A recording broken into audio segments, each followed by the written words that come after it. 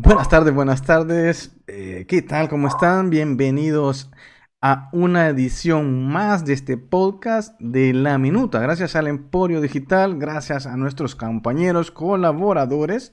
También iniciamos un viernes, hoy ya sábado, en España, en Italia. Arriba estamos en España, abajo estamos con Italia y el invitado desde El Salvador. Le vamos a dar la bienvenida a nuevas caras que van a estar a partir ya de esta semana. Estamos ya en ello. Estamos con José Grijalva, ecuatoriano, presentador del informativo Voces en Italia.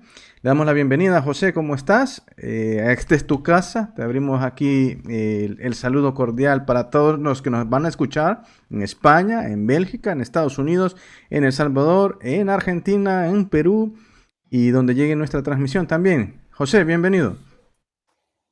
Gracias, Eric, también por la invitación que me has hecho. En verdad es un honor participar en estos programas que lo más importante es llegar a entender la realidad del acontecer diario, ¿no? De lo que está sucediendo, de lo que en verdad el ser humano quiere transmitir, quiere dar a conocer y quienes damos el entendimiento también del porqué de la realidad, de la vida, del acontecer y de todo lo que sucede minuto a minuto. Y estos son las plataformas, los programas en los cuales podemos difundirlos y podemos hacer conocer todo lo que estamos en este momento para darlo. Así que muchas gracias.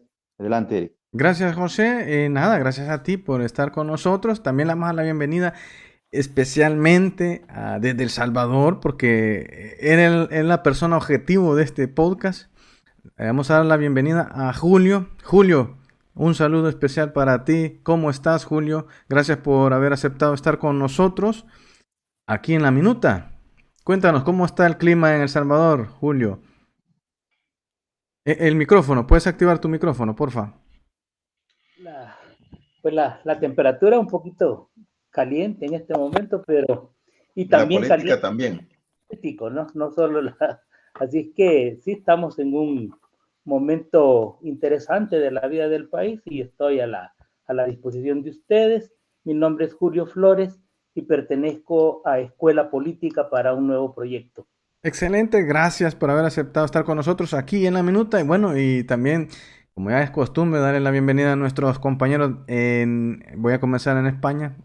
Ramón Zamorano, ¿qué tal, Ramón? Te nos habías perdido, Ramón. ¿Cómo estás? De vuelta ya con todos los Nada, es que poderes. estaba espiando a los amigos anglosajones. Excelente, ¿Verdad? Era ¿Verdad? eso. Nada, pues aquí muy bien. Un viernes más, pues expectante de aprender cosas nuevas y sobre todo hoy, pues que voy a conocer un pedacito más de vuestro país, al fin y al cabo, ¿no? De El Salvador, que es el país aquí de los amigos. Y nada, pues aquí expectante un poco de escuchar cuál es el punto de vista de Julio respecto a lo que está ocurriendo, ¿no? Con Bukele y el Partido Nuevas Ideas. excelente, Ramón. Mm. Aquí todos vamos a aprender, Ramón. Tenemos a José también, que también está interesado, obviamente, en los temas del mundo, porque a través de voces ellos hacen entrevistas, ya sea deportivas, ya sea políticas, de mucho. Aquí se los recomendamos, puedan seguir la página de Voces Milano, donde está José y también Leonel, que hoy no está participando, pero que también próximamente pueda estar con nosotros. Le damos a la bienvenida también desde Italia a José Jandres, como es costumbre. José Jandres, ¿qué tal? ¿Cómo estás? Bien, contento porque esperamos este podcast. La idea de nosotros es crear criterio. Y bueno, por fortuna también tenemos a Ramón, que es el que hace todas las polémicas de los podcasts. Así que es broma, es broma, es broma. A mí me gusta eso, ¿qué quieres que te diga? Ajá, Ramón es el que hace las polémicas, el que El nos gusta especialista. porque el que cae mal, el que cae mal. Hombre, El para eso villano. estamos nosotros, El Jandres. villano, el que sí, sí, ok, hace el abogado del diablo. Y a José de la plataforma del periódico de Voces aquí en Italia, pero que también tiene una repercusión en Ecuador. Es bueno, ¿saben por qué? Porque en este proceso que estamos viviendo en El Salvador, pues ya te había dicho, Julio, que aquí tengo varias lecturas, ¿no? De acuerdo no solo a los migrantes de Perú, de Colombia, de Ecuador, de Venezuela, que están aquí en Italia, sino que también los amigos que tengo en esos países del sur. Y bueno, me gustaría que nos ayudaras a descifrar los códices de lo que está sucediendo. Entonces, por eso era interesante tu presencia en este podcast que estamos grabando. La estamos transmitiendo en las redes sociales tradicionales, ¿no? De Twitter, de Facebook, YouTube, Instagram, pero también la estamos ya registrando para los podcasts que tenemos en las 4 plataformas. Así es que muchas gracias, Julio, por tu tiempo en El Salvador y seguramente vas a escuchar algunas ponencias, preguntas y opiniones de curiosidad sobre lo que sucede en el país El Salvador. Bueno, con gusto estoy a la disposición de sus preguntas y quizás a mí me gustaría hacer una pequeña introducción que ubique el momento. Uh-huh. Creo que el país, El Salvador, ha vivido en la última etapa uno de los momentos más importantes en términos de cambios y transformación. En el país se cerró un ciclo de guerra, se abrió un acuerdo de paz. Hemos vivido un periodo de posguerra bastante largo y, digamos, en este lapso ocurren ciertos cambios sustanciales. La instalación del neoliberalismo como sistema civilizatorio en el país y la suplantación del modelo económico agroexportador del periodo anterior. Vivimos, digamos, al fin de la guerra también digamos, un desplazamiento de las dictaduras militares por un régimen democrático, liberal, pero quizás un espacio único que se dio por primera vez en el país. Y lastimosamente yo creo que las fuerzas de la posguerra no tuvieron, digamos, el suficiente dominio político de la situación y sobre todo la izquierda creo que no hizo la recarga adecuada en términos teóricos para entrar a una nueva etapa en la vida de nuestro país. Eso dio, digamos, una situación particular.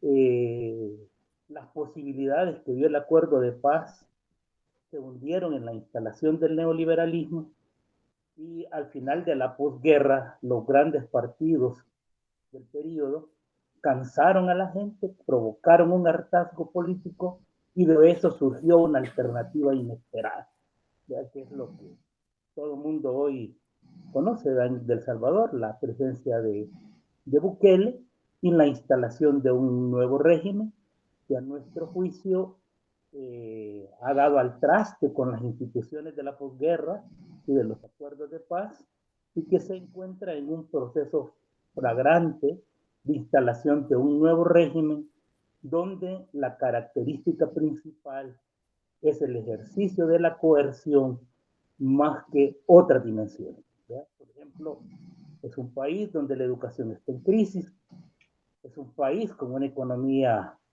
muy difícil, sobre todo para los sectores populares. Hay una crisis medioambiental terrible. El país sigue siendo una fuente de trabajadores migrantes hacia los países del norte en proporciones muy amplias. Hay un agotamiento de la productividad interna y vivimos básicamente, o sobrevivimos en una especie de mercado precario. Entonces ese es un relato así puntual, tétrico, ¿ya? A pesar de que la publicidad del régimen es tremenda. Se producen más de 39 horas videos en YouTube diariamente promoviendo al nuevo régimen. tenemos eventos como el de Mi Universo en ejecución, hemos tenido eventos deportivos de resonancia internacional, competencias de surf a nivel mundial, que proyectan una imagen que no da o que contrasta mucho con las crisis que la población soporta. Digamos, eso es como un panorama general. Bueno, ahí teníamos la parte, digámoslo así. Hay que decirlo, en el programa pasado estuvimos hablando con René Martínez, analista político, sociólogo, que nos brindó también una postura, ¿no? Sobre qué es lo que estaba sucediendo en el país. Julio nos comentaba sobre la resolución de los magistrados, ¿no? Para poder habilitar lo que es la reelección. Hay artículos en la Constitución de la República que dicen que no se puede reelegir. Entonces, ¿cómo lo está tratando el oficialismo y cuál es en sí la apreciación vuestra, Julio? Coméntanos un poquito esa parte. Yo creo que tiene que ver de la posguerra, como los partidos de la derecha tradicional. La izquierda también termina agotada y nosotros diríamos en un estado de derrota y en una especie de crisis terminal. En particular de la izquierda salvadoreña, es una crisis mucho más amplia la que ciudadanos. Hay un tránsito hacia las hegemonías de derecha extrema, no solo ocurre en América Latina, sino en otras latitudes. Somos parte también de este fenómeno. Con la instalación del nuevo régimen, claro, crear suficiente ilusión en la población y no ha sido, digamos, un proyecto político claro, visible. No, hay un entusiasmo que se presenta a través de una especie de influjo que le denominan nuevas ideas, pero que la esencia no tiene una existencia partidaria. Yo creo que el partido real del presidente son los medios de comunicación y las redes sociales, más que una estructura orgánica, digamos, en el seno de la población. Claro, eso hay una especie de agotamiento, digamos, en la lucha popular, y eso permite una instalación como muy holgada. A nuestro juicio, la democracia liberal alcanza su mayor éxito cuando, a través de las urnas, logra instalar un régimen predominantemente coercitivo y que puede hacer manejos por encima de la Constitución. Desafortunadamente, el régimen cuenta, y Bukele en particular, con niveles de popularidad muy altos. La campaña electoral del 2021, la que se cerró con el triunfo electoral en términos de la bancada legislativa que alcanzó, que le permitió alcanzar prácticamente todas las mayorías en el seno del Parlamento. Inmediatamente, en términos de 2 días, se desarman, digamos, 5 secretarías importantes creadas en el periodo anterior. Sí, prácticamente hay una especie de golpe de Estado sobre el poder judicial y una recomposición de los diferentes tribunales, incluyendo el Tribunal Supremo Electoral, que prácticamente ha sido, digamos, modificado en los términos como lo dejó establecido el acuerdo de paz. El nuevo régimen también pasa por tener un fuerte entendimiento con las Fuerzas Armadas y con la Policía Nacional Civil. Creemos que en ese sentido marca un retroceso tremendo, porque hoy de nuevo el ejército está en las calles haciéndose cargo de la seguridad en el país, elemento que había sido superado en el acuerdo de paz de 1992. Claro, este espacio de medidas coercitivas, de medidas antidemocráticas que sobrepasan los límites de la Constitución, refleja, digamos, la precariedad de la movilización y de la reacción del pueblo salvadoreño en este periodo, y también refleja el estado de crisis de la izquierda salvadoreña y un estado, digamos, de hegemonía neoliberal consumada en la figura de Bukele. Todavía creo que han habido intentos por rehacer una oposición electoral pensando en las elecciones del 2024, pero a ciencia cierta todo el esquema electoral está trazado desde el régimen. Controla el Tribunal Supremo Electoral, controla los cuerpos de seguridad, le es factible entrar con la reelección y hay que decirlo con mucha claridad, que la reelección cuenta con ciertos niveles de popularidad. Es decir, la gente va a respaldar esa reelección.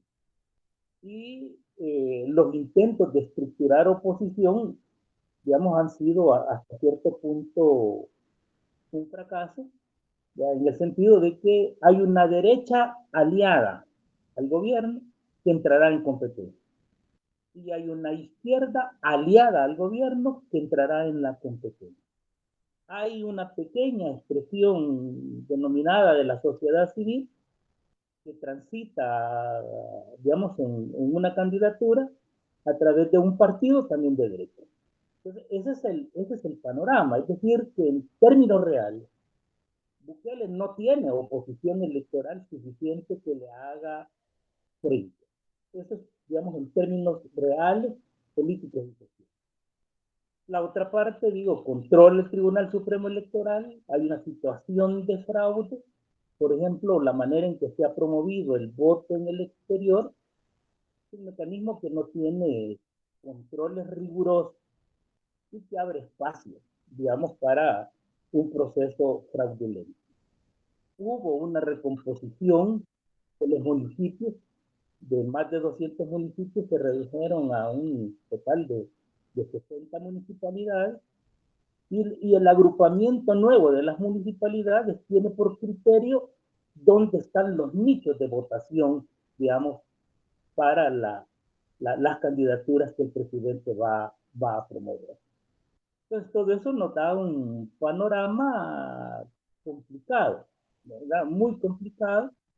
Y nosotros creemos que el imaginario para romper este estado pasa por, digamos, hacer una interpretación seria y amplia de la realidad salvadoreña, pero sobre todo de dotarse de una teoría que permita el análisis de la realidad y que permita la reestructuración y la reformulación de nuevos proyectos, sobre todo de izquierda.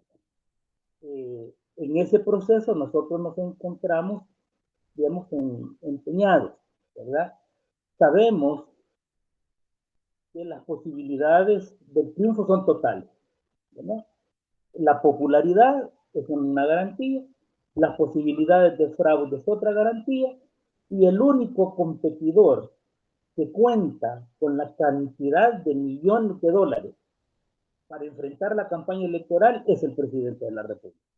Entonces, los otros rivales pues, son muy chiquititos para entrar realmente a la competencia. Esta es una situación muy particular. Creo que el país nunca había tenido un momento histórico tan tétrico, tan desolador. Por supuesto, esto quien esté, digamos, como atrapado en la cultura neoliberal, no lo verá con claridad. Creemos que una de las grandes tareas es reiniciar un proceso de resubjetivización social, de reorganización y de reconcientización sobre todo. Es decir, estamos ante una tarea compleja en una perspectiva, digamos, de mucho tiempo. Es decir, yo creo que las salidas para el pueblo salvadoreño no están a corto plazo, están a un plazo bastante largo, Sin embargo, creo que hay una serie de condiciones en términos objetivos que de un momento a otro provocarán estallidos sociales. Vamos, entendido, Julio. Nos gustaría, a ver, nosotros que somos de El Salvador, Andrés y yo, bueno, tú, Julio, que vives en El Salvador, darle la oportunidad a Ramón o a José, porque ellos ven desde fuera, no son salvadoreños, y que les gustaría, incluso para todas las personas que escuchan este podcast, ver esa contraparte o ese contrapunto, obviamente, desde una persona, yo no te llamaría opositor porque tú no estás ni participando en las elecciones, simplemente es un análisis que haces tú sobre la realidad en El Salvador. Me gustaría que o José o Ramón, si tuviesen alguna pregunta, aprovechar a Julio para que nos disipe alguna duda, alguna cuestión. José, tú que también le has Sí, dado seguimiento, obviamente, a la política en el exterior, llámese el mundo. ujú. José, si tienes alguna pregunta, aprovechamos a Sí, Julio. muchas gracias, Eri. Sí, un saludo, Julio, un placer estar contigo compartiendo esto que la política internacional debe de involucrarnos. Estamos involucrados y deberíamos ser participativos, ¿no? A nuestro análisis crítico en bien de lo que debe ser el desarrollo de los pueblos, ¿no?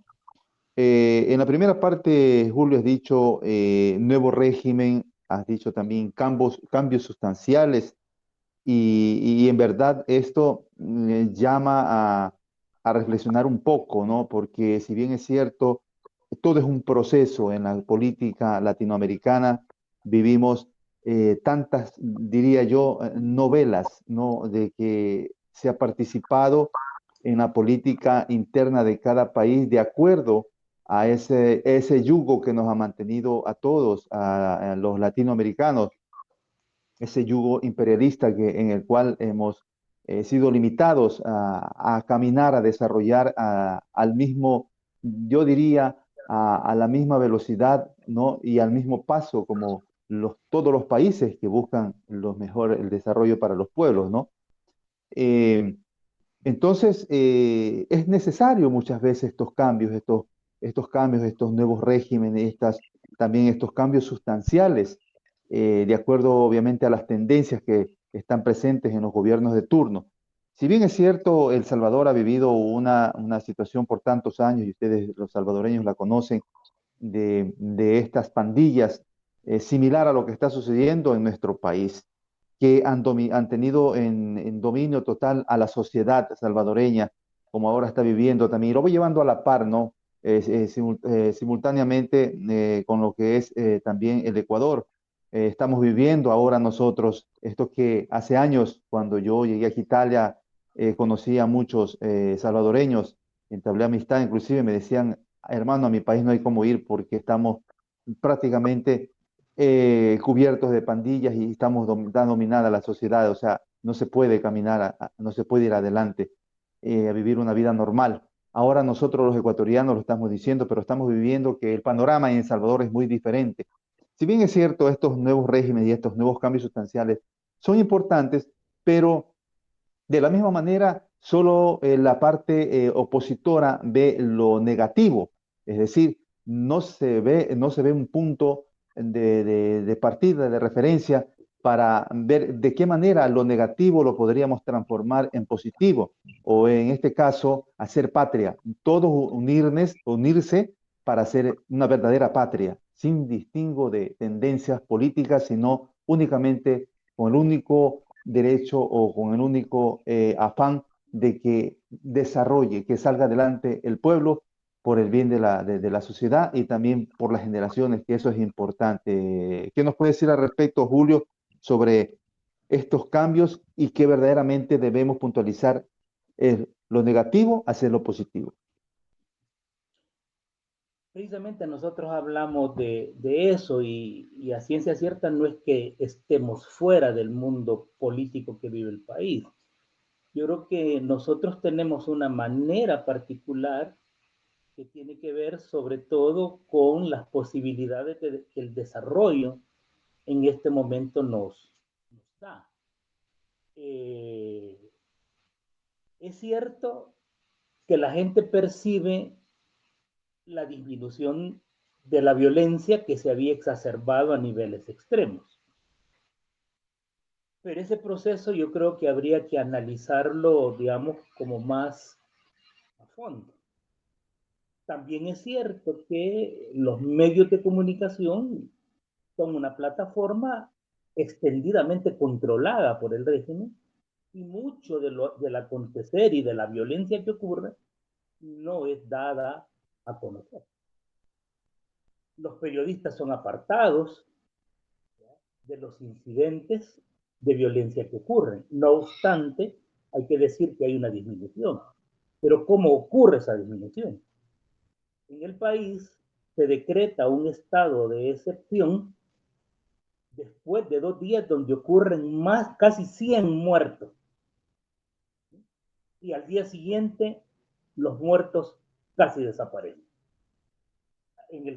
Un mes después, comienzan a aparecer los días con 0 muertos. ¿Realmente será posible de esa manera terminar con una situación de violencia como la que el país tenía? Nosotros creemos que no. Nosotros creemos que esto es más el indicio de un pacto, de un entendimiento de este gobierno con los pandilleros. Hay varias investigaciones del periodismo independiente que demuestran de qué manera el régimen ha protegido al liderato principal de las pandillas. Incluso es una de las contradicciones que tiene de alguna manera con Estados Unidos. Estados Unidos pedía, digamos, que fueran enviados a Estados Unidos varios de esos lideratos y el gobierno no los envió. Es más, hay reportes periodísticos que indican que los sacó del país y los protegió. Entonces, ¿de qué se trata? Hay un pacto. Ahora, ¿cuánto tiempo va a durar ese pacto? Yo creo que ese es el problema. ¿Cuándo ese pacto se va a agotar? ¿Cuándo el gobierno no podrá cumplir con las demandas que tiene que cumplirle a los pandilleros? Ese es un punto latente. Por eso es que digo que en el país no han desaparecido las condiciones objetivas. Que si queremos que esto mejore, por supuesto que todos queremos que mejore. Y en el mundo político, pues yo creo que tenemos que ser claros. Es cierto, es bonito hablar de proyectos de nación, pero en una nación los sectores sociales tienen diferencias sustanciales. En nuestro país hay un mundo de pobres y hay un mundo de ricos. Y esa contradicción, digamos, sopesará el carácter de los proyectos con los que se pueda resolver la vida del país. Por eso es que nosotros no vemos en el corto plazo una salida. No es una salida que hay que irla a buscar a un proceso electoral en particular. A nosotros nos tocará rehacer muchos de los elementos que dio el acuerdo de paz y que hoy se han agotado. Nosotros necesitamos recuperar la validez del sufragio universal primero, para poder realmente tener confianza en el proceso electoral. Eso se ha perdido en este momento. Nosotros tenemos que sacar a la política salvadoreña del mercantilismo político. Las candidaturas en nuestro país, a lo largo de la posguerra y hoy aún más, no se definen por la esencialidad de los proyectos políticos, sino por la imagen de quien compite. Y genera mejor imagen quien llegue a las elecciones con mayor capacidad económica para hacer la promoción publicitaria, que es altísima. Yo creo que eso es bien conocido en toda América Latina. Progresistas, de izquierdas, sectores de derecha, gana quien asiste a la campaña electoral con el mayor volumen de dinero para invertir en la publicidad. Nosotros tenemos que sacar a la política del mercantilismo. ¿Por qué? Porque hay que rehacer una construcción democrática que le dé validez a los intereses populares. El eslogan justifica, ¿verdad? ¿Qué es la democracia? El poder del pueblo. Pero esta democracia nunca ha sido el poder del pueblo. Es decir, siempre han sido las transnacionales y los sectores económicos internos los que en definitiva terminan instalando y definiendo los intereses del país. Creo que esa contradicción es una contradicción seria que solo en un proceso largo se podrá, digamos, como cambiar ese balance. Ahora, claro, nosotros respetamos todas las opciones que quieran caminar por el proceso electoral. Creemos que tienen todo el derecho de hacerlo. Sin embargo, yo creo que las posibilidades de hacer una modificación sustancial al curso que en este momento tienen las cosas en las elecciones del 2024 realmente es muy difícil. ¿Sí? Muy difícil. Tiene una continuidad, una reelección de sobra demostrada que es anticonstitucional, pero yo ya lo dije con toda claridad, que va a ser respaldada por muchos sectores populares. Y ese es el éxito de esta hegemonía neoliberal, ¿no? Que a través del voto popular puede instalar un régimen coercitivo. Y ese es el mayor signo de derrota de una izquierda. En el caso de Julio, me llama mucho la atención. Obviamente la parte que comentas es muy interesante, ¿no? Porque puede ser de derechas o puede ser de izquierdas el gobierno que pueda aprovechar la parte democrática para poder instalar su autoritarismo. Entonces, El Salvador no es la excepción. Estamos viendo que ahora mismo pues se está dando esta situación. Voy a dejar ese comentario, ¿vale? Ahora bien, si los salvadoreños, eh, hay encuestas que obviamente, si estás viendo que no es constitucional, pero está la parte donde una resolución de la sala te está dando la oportunidad de poder continuar con un mandato, porque no le llaman reelección, sino que un segundo mandato, que eso no lo contempla tampoco la Constitución, pero el Tribunal Supremo Electoral lo avala, obviamente va a participar en las elecciones. Obviamente el salvadoreño, y tú has dicho que aquí se utiliza la situación, ¿no?, de la comunicación, ¿no?, sobre el poder de la comunicación que está actuando a través del oficialismo, a través de las instancias públicas, y llega y alcanza a muchos salvadoreños que ven que es positivo, que ven que ha sido electo el presidente Nayib Bukele con mayoría y que ahora le están dando el apoyo y que le van a dar el apoyo.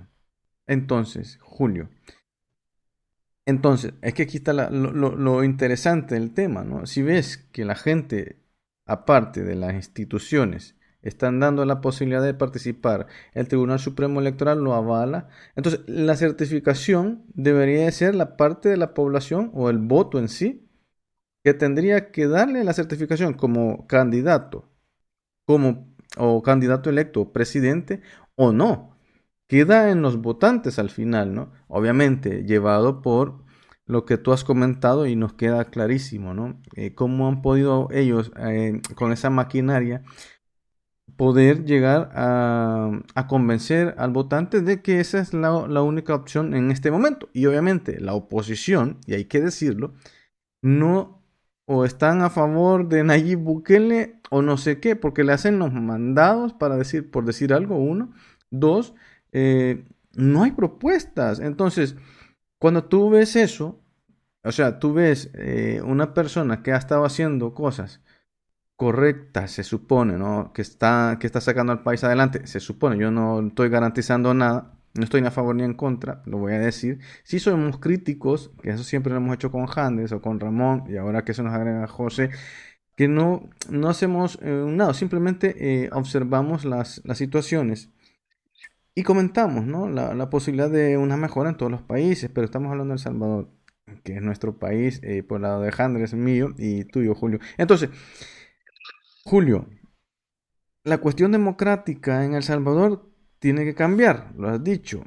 Pero ahora mismo Nayib Bukele se va a recetar otros 5 años. No se sabe si luego se va a pedir otros 5 años más de reembolso. Mientras tenga a la gente a su espalda, continuaría este proceso, Julio. Yo creo que ahí es donde hay una especie de mito, ¿verdad? Que hay que empezarlo a, A como a desmontar. destapar, ¿verdad? Y a tratar digamos, ¿cómo dijera? De esas lagunas grises donde la gente todavía no alcanza a ver el fondo de su realidad. Todo el mundo habla de la democracia aquí, la democracia allá, y de las elecciones como el mecanismo por excelencia para reproducirse en el poder. Pero uno pregunta con toda claridad, ¿en qué país del mundo las mayorías son las que asisten a los procesos electorales? Creo que no hay. Bukele, cuando se elige presidente en las elecciones del 2019, lo elige básicamente 1,5 millones de votantes, de un total de casi 2 millones de votantes, de un padrón de 5 millones de votantes. Quiere decir que más de la mitad de la población salvadoreña no acudió a votar. Entonces es un mito decir que tiene toda la popularidad. Y lo que sí está claro, que este gobierno está sufriendo ciertos desgastes visibles. Ya, por ejemplo, ha limpiado de vendedores ambulantes sin resolverle los problemas de en todas las ciudades del país y pueblos, donde las calles estaban llenas de vendedores. Hay más de 70,000 presos por el régimen de excepción, en su mayoría detenidos de manera injusta y sin un proceso adecuado de judicialización, ¿sí?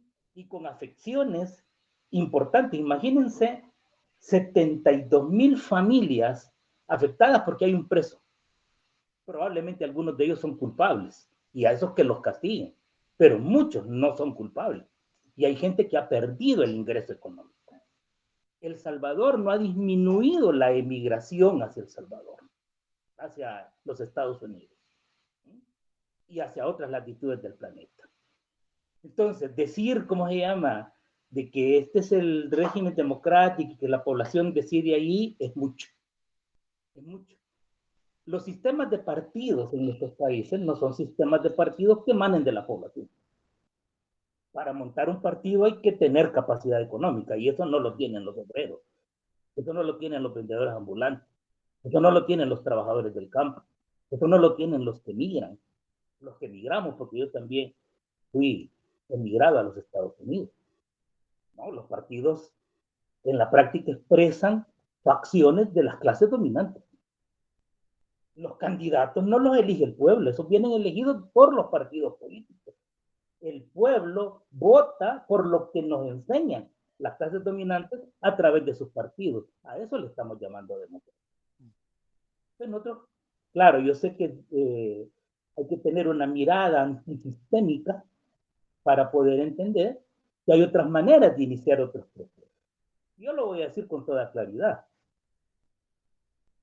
Legales o no, si no hay un proceso de subversión clara, ¿sí?, que resubjetive a la población salvadoreña o de cualquier otra latitud del mundo, no va a ser posible construir la democracia que los pueblos necesitan. Y es una democracia que todavía no tiene apellido, que hay que irla a buscar, que hay que irla a hacer, pero que ya sabemos que necesitamos una democracia que dé los procedimientos adecuados para elegir representaciones legítimas y para tomar decisiones. Eso está, digamos, está como escrito con mucha dificultad porque las instituciones por siglos se han deteriorado. Y hasta ahora no hemos conocido democracias realmente plenas y satisfactorias. Siempre lo que hemos conocido por democracia ha tenido una marca de clase y de clase dominante, no de clase popular. Y desafortunadamente yo entendí bien lo que decía Eric, ¿verdad? Sí, es que autoritarismos también los han habido de gobiernos de izquierda y eso nosotros no lo negamos. Las izquierdas también demostraron que pueden ser tan antiéticas como las derechas.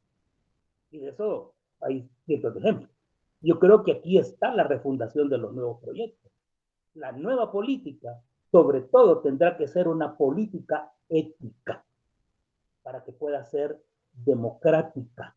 La legitimidad de la política dependerá de la ética de los políticos. Muy bien, Julio. Estoy soñando. Sí, sí, sí. Tenemos 15 minutos. Ramón, si quieres hacer alguna preguntilla ahí para aprovechar a Julio. Yo casi preferiría que hablara Jandres, que no ha podido hablar con él, que yo tengo sobre estas cosas que me parecen muy interesantes. Lo que está diciendo justamente ahora respecto a la izquierda y respecto al... Porque yo solamente querría preguntar, porque sí que se me ocurre, yo entiendo la crítica a Bukele, yo tampoco no conozco básicamente más allá de lo que se conoce de forma mediática, que es verdad que se empatiza sobre todo en el tema de la seguridad y este tipo de cosas. Pero sí que me parece particular, ¿no?, la visión de los cambios a largo plazo a través de la democracia.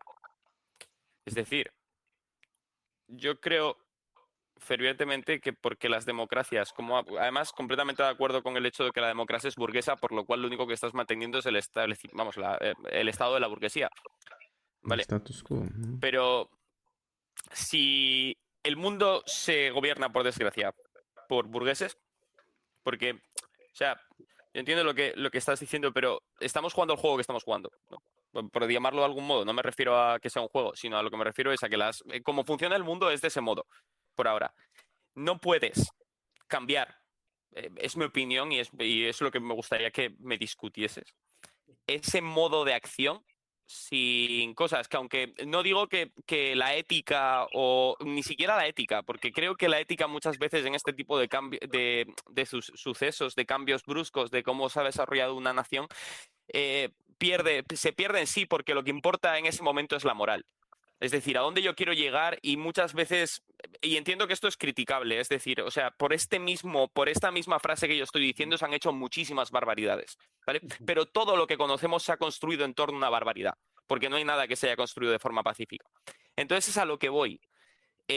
Enfatizar en una ética a largo plazo que vaya a construir una moral sin saber ya la moral que quiero llegar y no siendo capaz de imponerla, también me parece que es, no diría utópico, porque no lo creo, no lo sé, pero sí que me parece como que no sé, no lo veo, no sé, es verdad que yo soy muy crítico con la socialdemocracia clásica, yo soy muy crítico en este tipo de aspectos porque creo que los sistemas se atascan en la posición en la que están y moverlos es casi imposible sin utilizar fuerza, nada más, ¿no?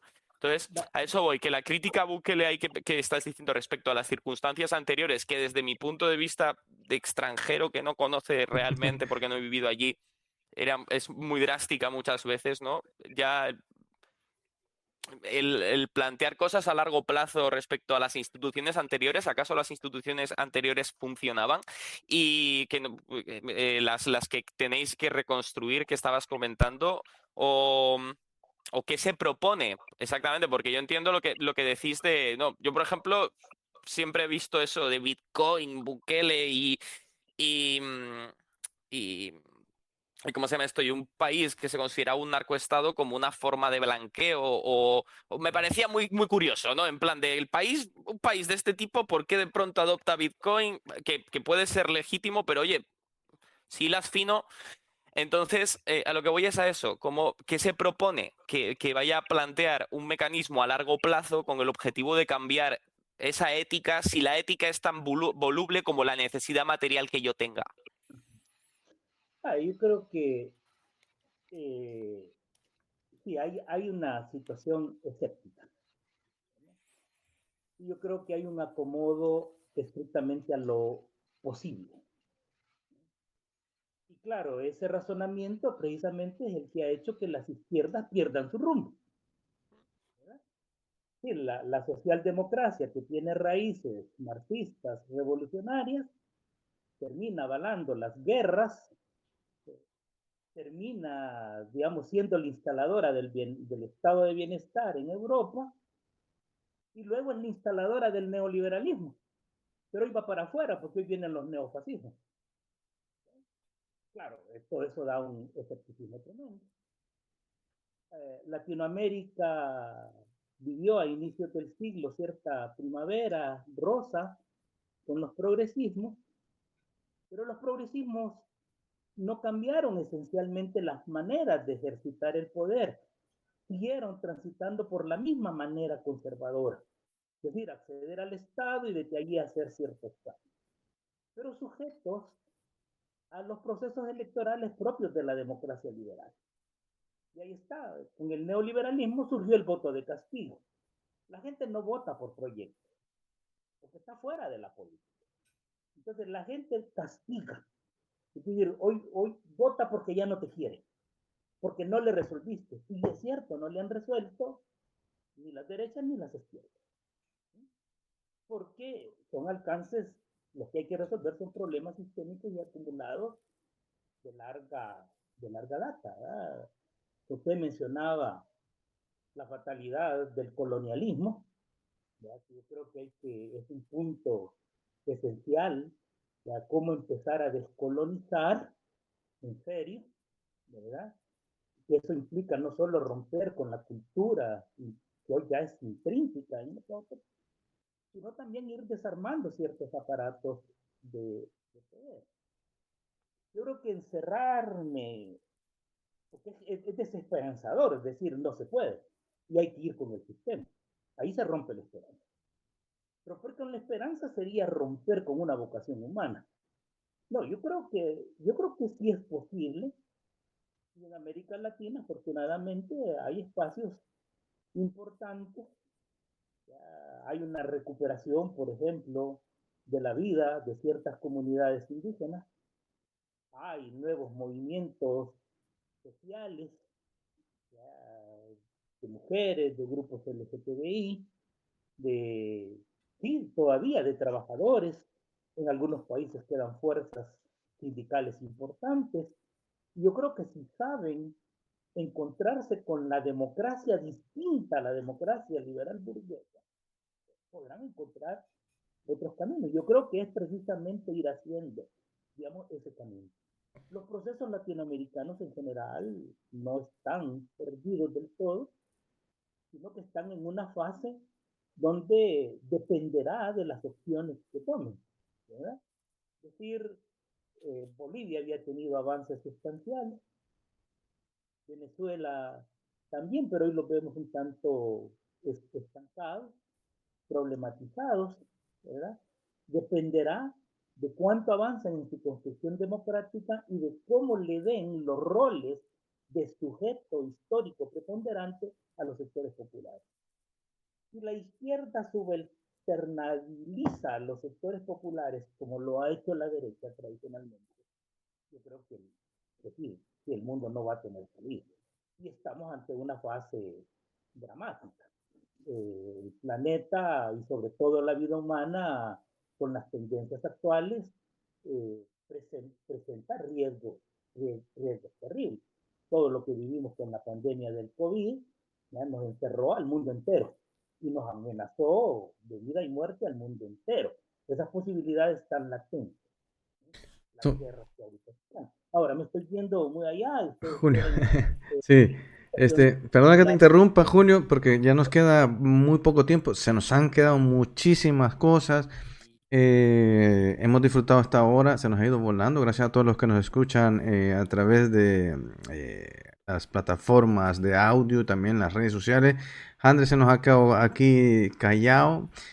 José lo veo con ganas de más. Entiendo, ahora mismo tenemos la dificultad, obviamente, de la plataforma que nos está ya con cuenta atrás y también ahí con Julio de expresarnos. Yo creería, y los invito a todos, ¿no? También a todos los que nos escuchan, a nuestros panelistas hoy, Ramón, Andrés, José, Julio, de conectar una vez más próximamente para seguir hablando del tema, porque es muy interesante, ¿no? Entonces, Andrés, si quieres, va cerrando, si quieres aprovechar para ser breves, ¿no? Cerraría quizás, y si continuamente para José de Ecuador, también aquí Bar Pérez dice, los cambios políticos sociales han venido cambiando. ¿Por qué los que ejercen porque los que lo ejercen se les olvida gobernar para todos. Hoy el caso Bukele no solo lo parió el FMLN, sino que se empoderó de lo fallido que fueron ambos partidos políticos en 30 años, Arena y el FMLN. Básicamente dice que es el producto de Arena y el FMLN. Yo te doy el paso, José, para que más o menos vayas haciendo el cierre con tu pregunta. Sí, únicamente que diría el sentir salvadoreño, que es el sentir latinoamericano también, porque a nivel internacional se sabe, no podemos tapar el sol con un dedo, pero Bukele ha cambiado en sí o ha marcado, ha encuadrado a una realidad que de qué manera se podría contrarrestar contra este fenómeno, digámoslo así, que es la criminalidad organizada, la corrupción, pero como decía, también estoy de acuerdo con Julio, hay muchos tópicos en los cuales enmarcan la realidad política de cada país y en este caso El Salvador está en un proceso y ese proceso, como decía también Ramón, no es de un corto tiempo, sino son de procesos largos, así que tendría que verdaderamente introducirse algo más interesante a lo que es la política interna, no solo de El Salvador, sino de Latinoamérica en estos tiempos de socialismo y de progresismo. Eso nomás, y gracias, Eric.